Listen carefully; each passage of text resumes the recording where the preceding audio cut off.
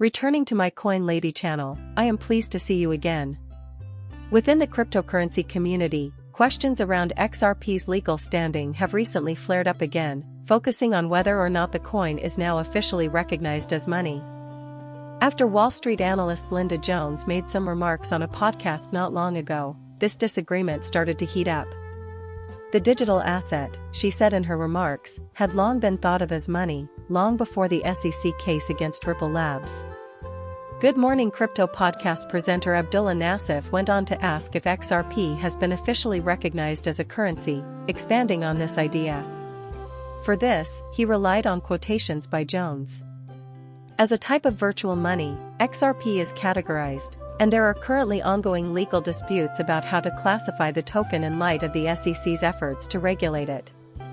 According to Jones, the U.S. government's regulatory actions have long treated XRP as a virtual currency.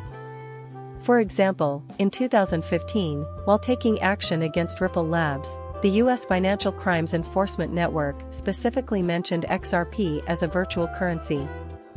At the time, Ripple had to pay fines for infractions like failing to implement adequate anti-money laundering procedures and violating the Bank Secrecy Act. However, the focus was on ensuring that Ripple and its subsidiary XRP LLC complied with their anti-money laundering duties, rather than on whether the token should be classified as a security. This was due to the fact that XRP was initially classified as a virtual currency. Nonetheless, the assets regulation within the broader financial ecosystem, including securities law, the SEC litigation, and its non-security status, remained unresolved as a result of this classification. By 2023, the regulatory landscape had changed significantly. The SEC's lawsuit against Ripple aimed to get XRP classified as a security. Many in the regulatory community saw this as a watershed moment. A potentially watershed ruling for the Bitcoin industry came from Judge Annalisa Torres in July of that year. She came to the conclusion that the digital asset, when sold on secondary markets, did not in and of itself constitute a security. The Securities and Exchange Commission section filed an interlocutory appeal against this decision, but it was denied. Jones highlighted the fact that, legally speaking, XRP's non-security status remains unaltered, even though there are continuing court battles and the chance of regulatory issues. She went on to say that the token's 2015 FinCEN categorization and the 2023 court ruling create a strong precedent that the token is not a security but rather virtual currency. During her remarks, she emphasized that the SEC's stance on XRP is looking less and less promising in terms of potential appeals. Despite this, there is continuing talk that the SEC will try to appeal the verdict from 2023 again. Notable legal authorities, like Stuart Alderati of Ripple, have expressed confidence that XRP's legal status will remain unchanged.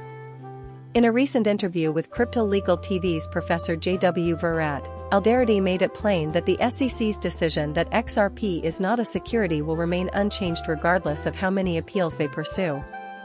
Alderati made this public. Jones shared this view, stressing how unlikely it is that the digital asset's present categorization will change as a consequence of an appeal. Given the increasing amount of data and previous court opinions that support the token's standing as a non-security, she believes the chances of the Securities and Exchange Commission successfully contesting the verdict are limited. The present regulatory outlook for XRP seems to support its continued classification as a virtual currency, particularly in the US and the banking industry.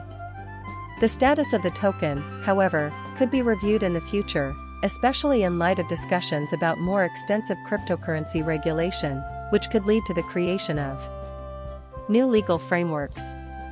Although the debate over how to classify cryptocurrencies is far from over, the rulings in the FinCEN case and the 2023 SEC complaint provide some temporary legal clarity by ruling that XRP is not a security. There has been zero change to XRP's legal standing as a virtual currency, according to XRP News. However, Ripple partner Buy Holdings has announced that it would be taking part in Project Agora, a joint effort supported by the Bank for International Settlement. After speculation about potential cross-border payment integration and a unified ledger project sparked by 7 major central banks, the XRP community reacted to news about the development of SBI, a Ripple partner, revealing its participation in the BIS-led project agency and the involvement of SBI Holdings in the corporate entity, revealed Project Agora in a press statement released on September 19. This is due to the fact that the bank is an essential collaborator in the XRP adoption process, and the involvement of the XRP edu Ripple's partners in this endeavor elevates XRP to the forefront of conversations. To improve the efficiency of global transactions, the Bank for International Settlements and national central banks are collaborating on Project Agora, a tokenization initiative. Numerous monetary organizations are regarded as central banks. These include the following: the Bank of France, the Bank of Japan, the Bank of Korea, the Bank of Mexico, the Swiss National Bank, the Bank of England, and the Federal Reserve Bank of New York. By carrying out this project, we aim to improve the efficiency of the financial system while maintaining its two-tier structure, with private bank deposits and central bank money remaining intact. Our innovative solutions based on smart contracts and programmability will also enable us to create incredibly user-friendly services for cross-border transactions. A unified ledger and smart contracts are at the heart of the program run by the Bison Swift, which uses digital tokens to represent assets. The Institute of International Finance hosted the event, and among the private sector companies who took part were JP Morgan, Standard Chartered Signum Bank, Visa, MasterCard, Citi, and HSBC. The effort to tokenize cross-border payments does not make particular reference to XRP or the XRP ledger, but there are two things about XRP and XRPL that are worth noting. Everyone in the community thinks the Agora project is a good fit for Ripple's technology. Ripple has been devoting most of its resources to researching the XRPL Guilders tokenization choices. In June, the business partnered with our checks to integrate tokenized real-world assets, into the XRP ledger. Additionally, Ripple's Interledger protocol, a technology that links blockchains and central banks, is consistent with the idea of a single ledger. This suggests that Ripple's technology, which is unrelated to XRP, may have a role to play in the architecture. Prior to this, the XRP asset community, Ripple, and the buyers collaborated on various projects with various central banks.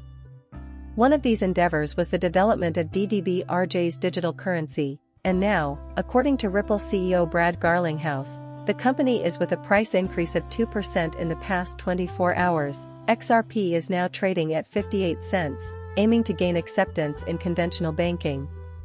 The viewer's presence here is greatly appreciated. Thank you for watching my channel and for subscribing. I will see you later.